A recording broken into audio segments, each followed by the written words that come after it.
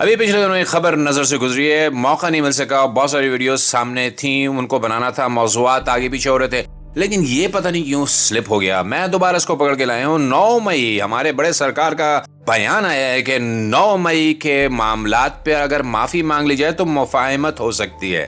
ماشاءاللہ 2024 کے عام انتخابات نتائج کو فارم 47 کے ذریعے تبدیل کیا گیا، اس پر کون معافی مانگے گا؟ جیتنے والے امیدواروں کو ہارنے والا دکھا کر اپنے پسندیدہ لوگوں کو جتوایا گیا، اس پر کون معافی مانگے گا چودھری صاحب؟ عوام کے ووٹوں کی توہین کر کے جمہوریت کا جنازہ نکالا گیا، اس پر بھی معافی بنتی ہے۔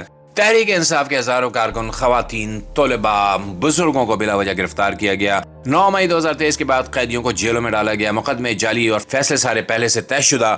خواتین رہنماؤں جیسے عالیہ حمزہ، یاسمین راشد، صنم جاوید کو ذلیل و خوار کیا گیا۔ ان سب پہ بھی تو کسی نے معافی مانگنی ہے بھائی صاحب۔ شہریوں پہ سیدھی گولیاں چلانا، احتجاج کرنے والے عوام پر براہ راست فائرنگ کی گئی، ہم نے خود ٹی وی پہ دیکھا ہے، اسے کہیں سے پڑھ کے نہیں یہ بات کر رہے ہیں ہم۔ لاہور، فیصل آباد، راولپنڈی سمیت کئی شہروں میں لوگ مارے گئے، زخمی ہوئے، آج تک کسی ذمہ دار کا احتساب نہیں ہوا، اس پر کون معافی مانگے گا؟ 4 پی ٹی آئی کارکنوں کا اغوا اور لاپتہ کرنا، درجنوں رہنما اور کارکنوں کو نامعلوم افراد کے ہاتھوں اغوا کروایا گیا، اہل خانہ کو پتہ تک نہ چل سکے وہ زندہ ہیں مر گئے، خواتین کو بھی نہیں بخشا گیا، اغوا کا دباؤ ہتھیار بنا کر پیش کیا گیا۔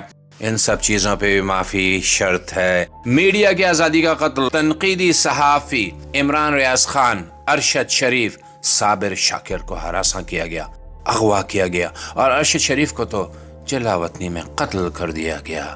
اس پر معافی نہیں، اس پہ تو سزا بنتی ہے، لیکن معافی تو مانگ لو۔ چینلز پہ عمران خان کی تقریریں اور پی ٹی آئی کی کوریج بند کروا دی گئی۔ آزاد معاشرے میں آزاد میڈیا کے ہوتے ہوئے یہ سب کچھ ہوا، اس پہ بھی نہیں معافی مانگو گے۔ سیاسی انجینئرنگ سے معیشت کی بربادی، 2022 میں منتخب حکومت کو گرا کر سیاسی عدم استحکام پیدا کیا گیا، اس کے نتیجے میں روپیہ گر گیا، مہنگائی آسمان پر جا پہنچی، IMF کے آگے ہاتھ پھیلانا پڑے، عوام بھوک سے مر رہی ہے اور کھیل اقتدار کا ہے، اس پر عوام سے معافی بنتی ہے۔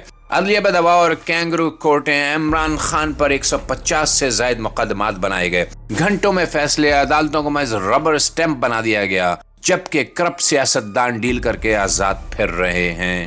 معافی کس سے مانگو گے میرے بھائی؟ کارکنوں کے خاندان کو ہراساں کرنا، جب کارکن نہ ملے تو ان کے گھر والوں کو اٹھا لیا گیا، خواتین اور بچوں تک کو گرفتار کیا گیا تاکہ دباؤ ڈالا جا سکے۔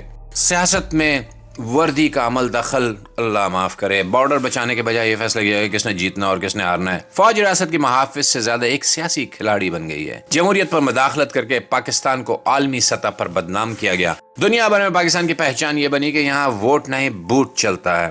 سرمایہ کار اور اتحادی میں منہ موڑ گئے، معافی مانگ لیجئے۔